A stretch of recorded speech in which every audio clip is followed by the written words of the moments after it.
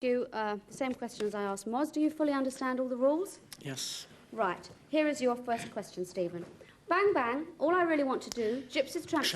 That's correct. Fog on the Tyne reached the #1 album spot in the UK in 1970. Who recorded it? Lindisfarne. That's right. Which country rock act was formed in 1968 by ex-Buffalo Springfield bassist Jim Messina and guitarist Richie Furay? Poco. That's correct. Georgie Fame had 2 consecutive #1 singles in the UK. The first was Yeah Yeah. Sorry? Getaway. That's right. John Denver had a US #1 and a UK #2 with Annie's song. What year was it? 1974. That's correct. Save the Last Dance for Me is one of the best-known hits by the Drifters. Who sang lead vocals on the record? Benny King. That's right. War were once associated with a Geordie singer. Eric Gordon. That's correct. Holland and Endless Summer are albums by which American Beach band? Boys. That's right. In 1966, a group called the Overlanders covered a Beatles song. Michelle.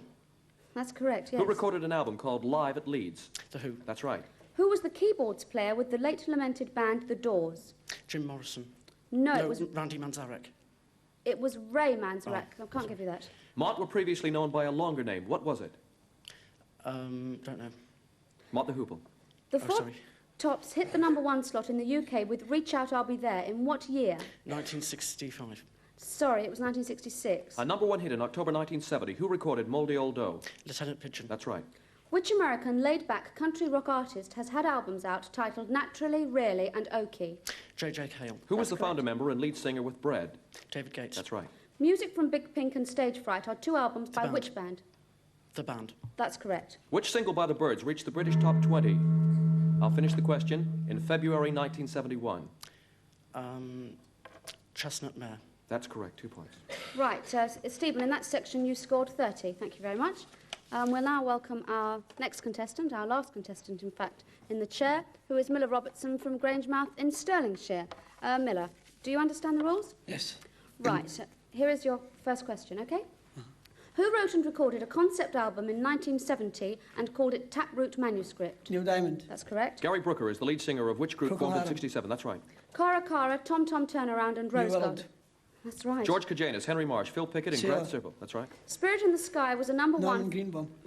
What was I the haven't title? finished the question. For Norman Greenbaum, in which year? 1970. That's right. What was the title of the Kings' first UK #1 single? You really got me. That's right. Who appeared on the cover of the album Pin-Ups alongside David Bowie?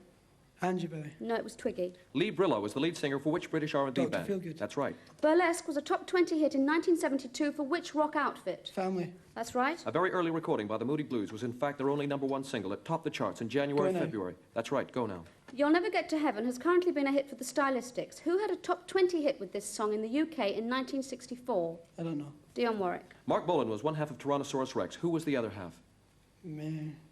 Steve Tick. That's right. Marshall Thompson is the leader of which Chicago-based black soul group? Charlie's. That's right. His bands have acted as a finishing school for many of our leading instrumentalists. He is known as the Big Daddy of the British blues scene. Who is he? John Mill. That's right. A forerunner of 10cc, can you name Hot Legs' top 5 hit of 1970? Near Death of a Man. That's right. Which American singer-songwriter's first album issued in '68 was called Pandemonium Shadow Show? I don't know. Nilsson. Who had a top 3 hit in 1972 with You're a Lady? Peter Scanlon. That's right. In what year was Money Money a #1 UK hit for Tommy James and the 1968. Shondells? That's right. Their albums include Tyranny and Mutation, I'll Carry On, and On Your Feet or On Your Knees. They are a US heavy metal rock band. Name them. I don't know. They are, in fact, Blue Oyster Cult. Right, Miller, thank you very much. You've scored 30 in that section.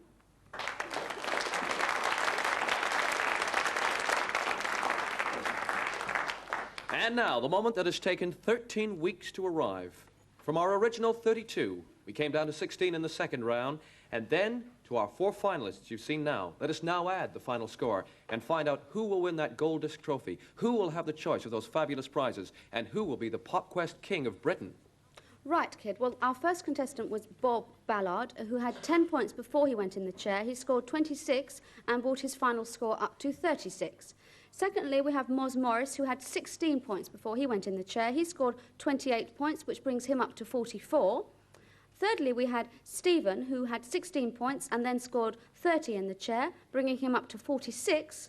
And our fourth contestant, Miller, had 20 points before he sat in the hot seat. He scored 30, brought himself up to 50 points. That means that Miller Robertson from Grangemouth in Stirlingshire is our winner, and we'd like him to come down and collect his prize and trophy. Congratulations to you.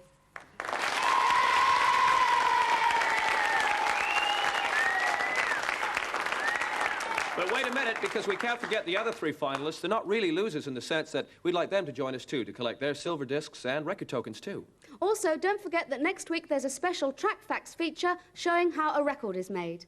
Both Sally and I have really enjoyed being with you here on this series of Pop Quest. Sadly, we have to leave you now, but with our winner choosing his prize. From both of us, it's goodbye and good love. Goodbye.